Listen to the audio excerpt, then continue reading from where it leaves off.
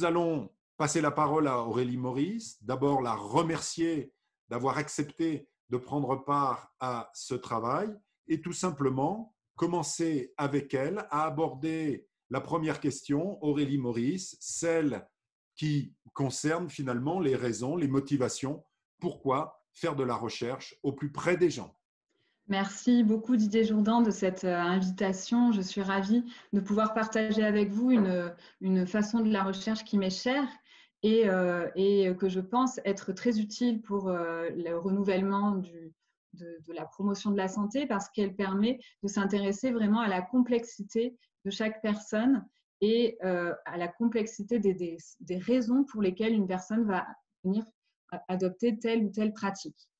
Tout d'abord, ce qu'on peut dire, c'est que les gens sont des acteurs, et ce, quel que soit leur âge.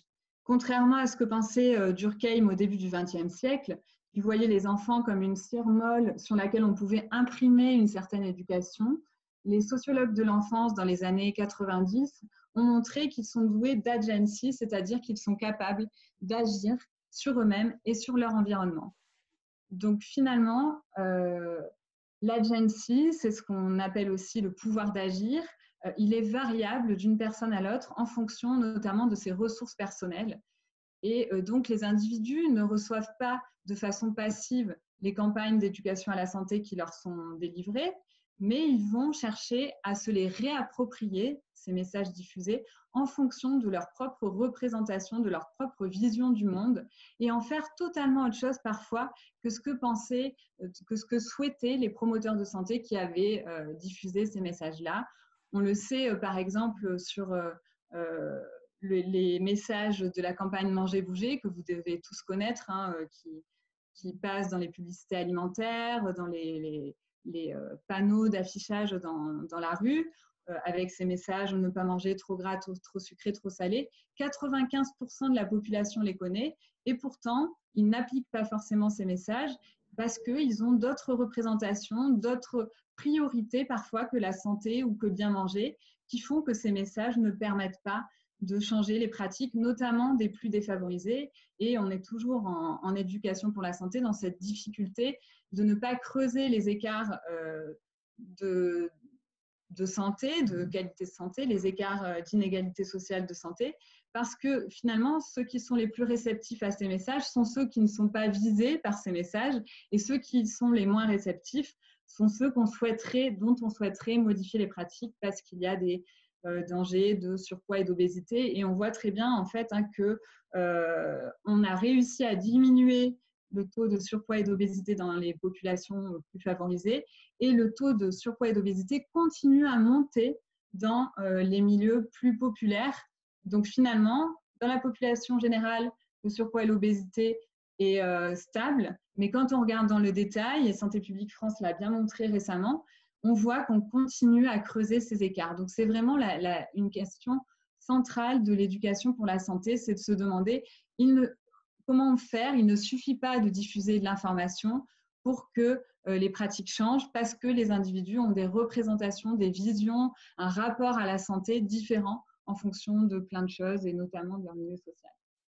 Donc, Régine Siroté se posait la question chez les enfants de savoir que font-ils de ce qu'on leur fait.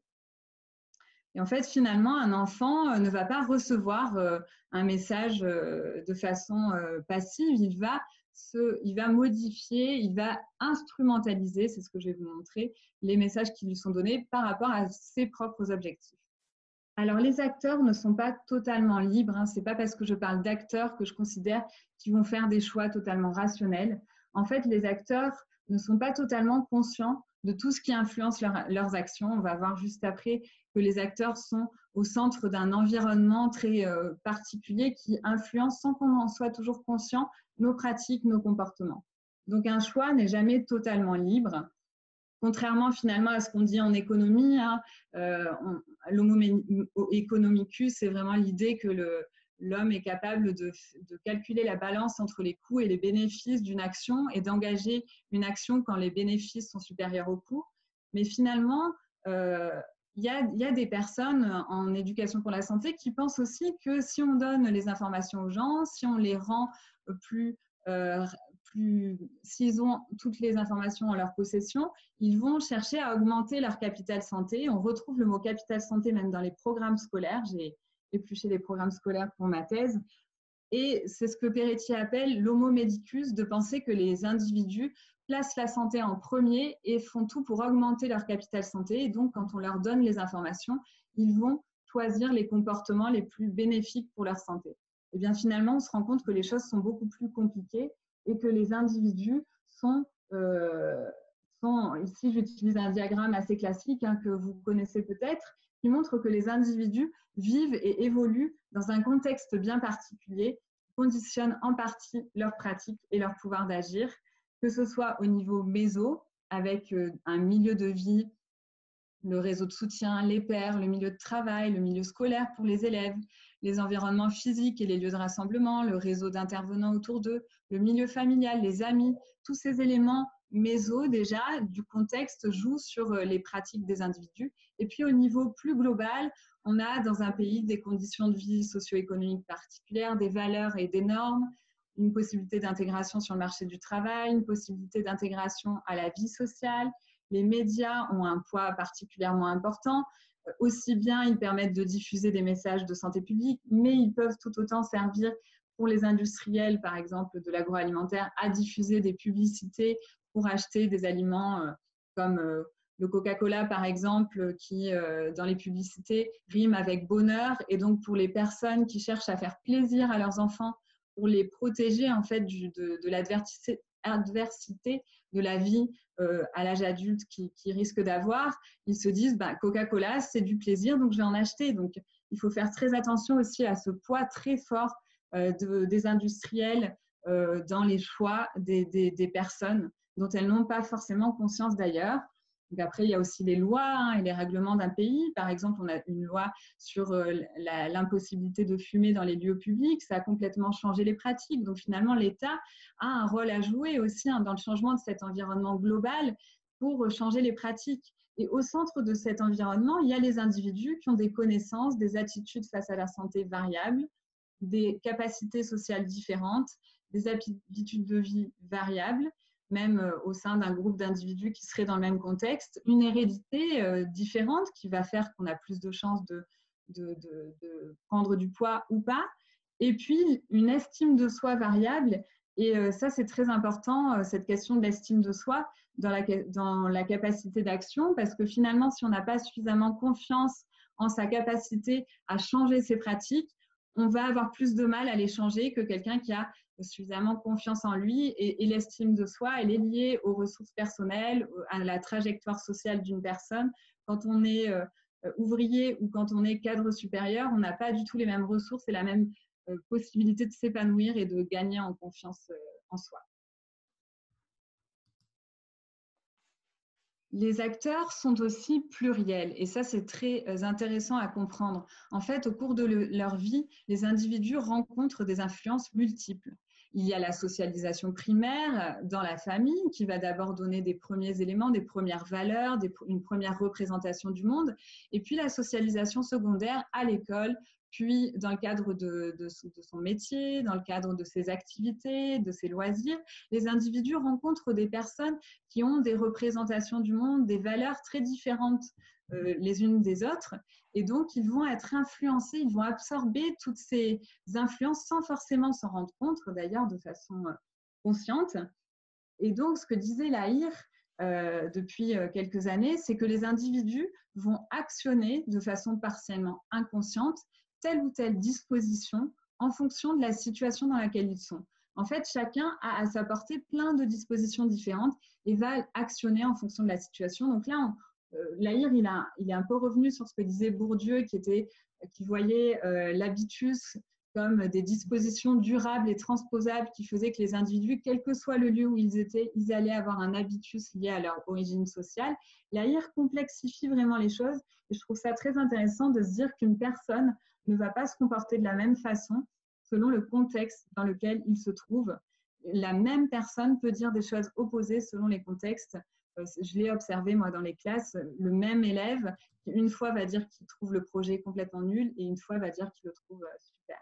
Donc voilà, il y a toute une difficulté à saisir cette complexité des individus et ces approches au plus près des gens le permettent à mon avis.